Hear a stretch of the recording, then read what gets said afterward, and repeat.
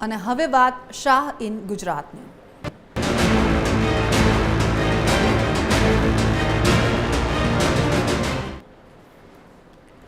તો નજીકના જ ભવિષ્યમાં અમિત શાહ છે તો ફરી એકવાર ગુજરાતમાં આવશે। મહત્વપૂર્ણ છે કે હાલ તેઓ ગુજરાતમાં છે અને અનેક લોકાર્પણ છે તે કરી રહ્યા છે।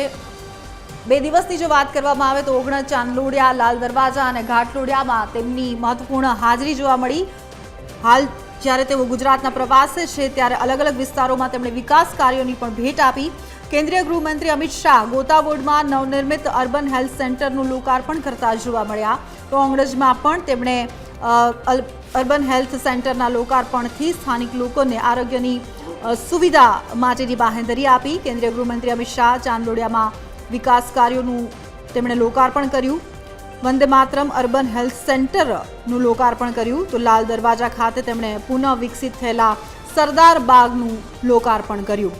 ટોરેન્ટ ગ્રુપ યુએનએબ ફાઉન્ડેશને સરદાર બાગનું પુનઃ વિકસિત કાર્ય કર્યું છે।